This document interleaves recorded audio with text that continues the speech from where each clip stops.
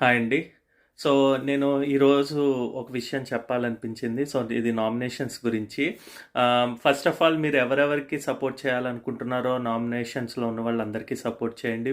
Oats అయితే వేసుకోండి. ఈరోజు నైట్ 10:30 వరకే ఉంటుంది కాబట్టి, ఐ మీన్ 12 వరకే ఉంటుంది కాబట్టి, సో వేసేసుకోండి. నెక్స్ట్ నామినేషన్స్‌లో నాకు తెలిసి ఈసారి 4 members like Bharani, Ramu, Demon Pavan and Divya వీళ్ళు నలుగురు కూడా చాలా దగ్గరగా ఉన్నారండి. అంటే మేబీ 0.1% ఆర్ 0.5% అంతే తేడా అనమాట. అంత మించి తేడా అయితే లేదు. ప్రతి పోల్స్ చెక్ చేసుకున్నా కూడా ఐదర్ రాము కానీ, దివ్య కానీ, భరణి కానీ, ధీమాన్ కానీ అందరూ కూడా డౌన్కి వచ్చి వెళ్ళారనమాట.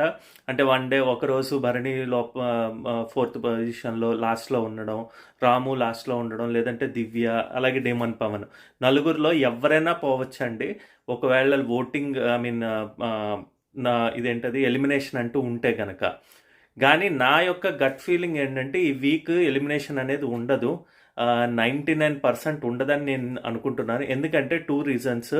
ఒకటి, దిస్ వీకెండ్ ఈజ్ ఏంటది మనకి సండే దివాళీ ఈవెంట్. రెండోది వచ్చేసి ఈ వీక్ మీరు చూసుకుంటే కనుక ఎవరు కూడా రాయల్ కార్డ్స్ ఎవరు కూడా నామినేషన్స్లో లేరు.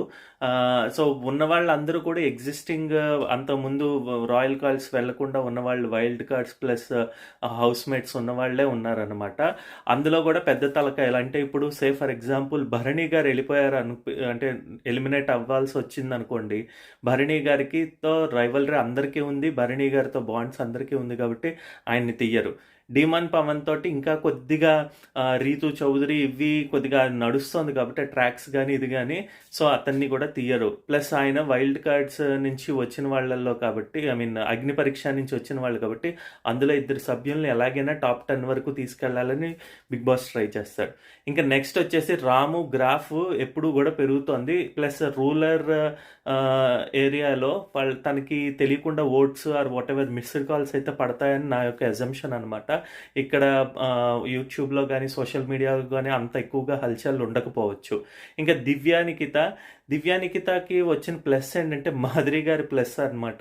అంటే మీరు ఈ వీక్ చూస్తే గనక అన్ని తనతో గొడవ జరిగింది కూడా తను రిటైరియట్ అయ్యిందనమాట. అంటే తనకి ధీటుగా నిలిచిందనమాట. సో ఖచ్చితంగా దివ్యానికితను కూడా తీయరు. ఎలా ఉంటుంది మాధురి తనకి రైవలరీ ఎలా ఉంటుందా అన్నది ట్రై చేస్తారని నేను అనుకుంటున్నాను అనమాట. బట్ చూడండి, మీరు ఎలిమినేషన్లో ఉన్న వాళ్ళకి ఎవరికైనా వేయాలనుకుంటే ఓట్స్ వేసుకోండి.